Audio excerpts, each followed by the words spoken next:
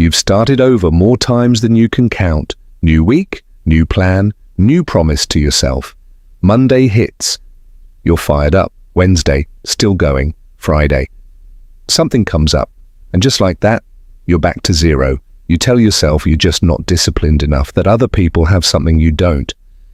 But what if that's completely wrong? What if the reason you keep quitting has nothing to do with willpower? My name is Nata, this is Rise Daily, and in the next 8 minutes I'm going to show you exactly why you quit, why it keeps happening, and the system that actually fixes it. Stay until the end. The third point is the one that changes everything. The real reason you quit. Here's what nobody in the fitness world wants to admit. Quitting is not a character flaw, it's a design flaw. Think about Bakihama for a second.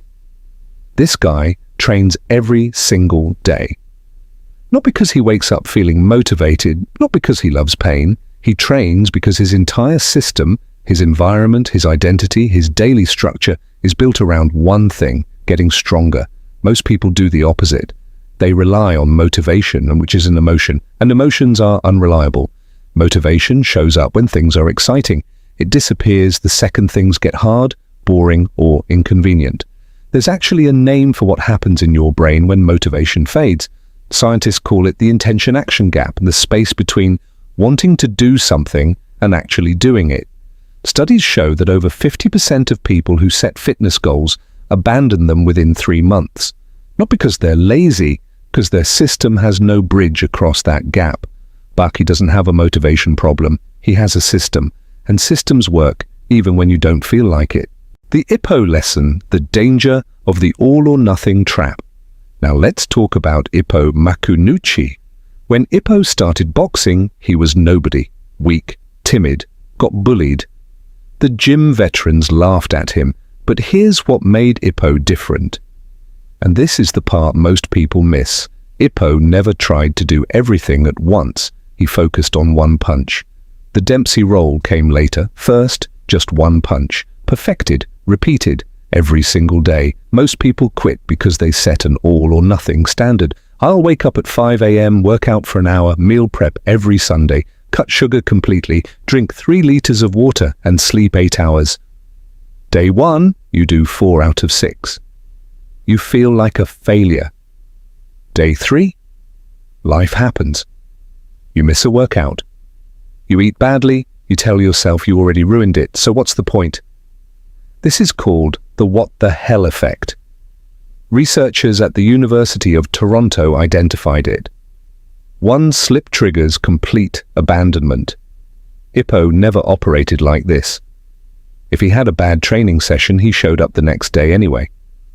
No drama, no restart, just back to work. The rule that Ippo lives by without even knowing it: never miss twice. 1 missed day is an accident.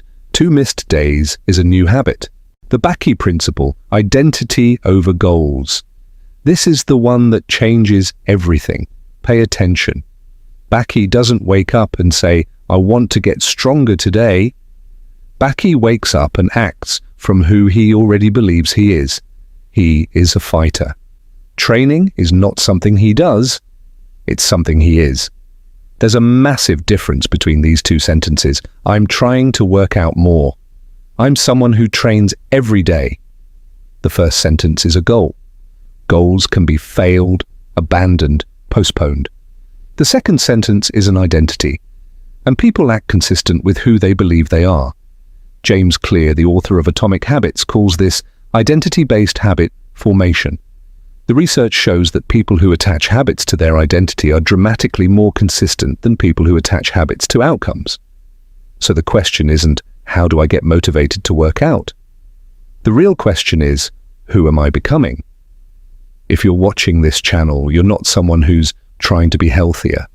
You're someone who rises daily. Own that identity. Make decisions from it.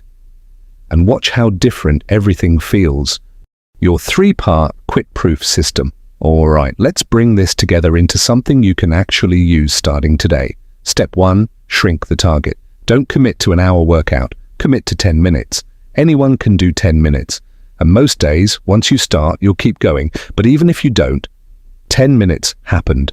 The streak continues. Step 2, stack your habits. Attach your new habit to something you already do automatically.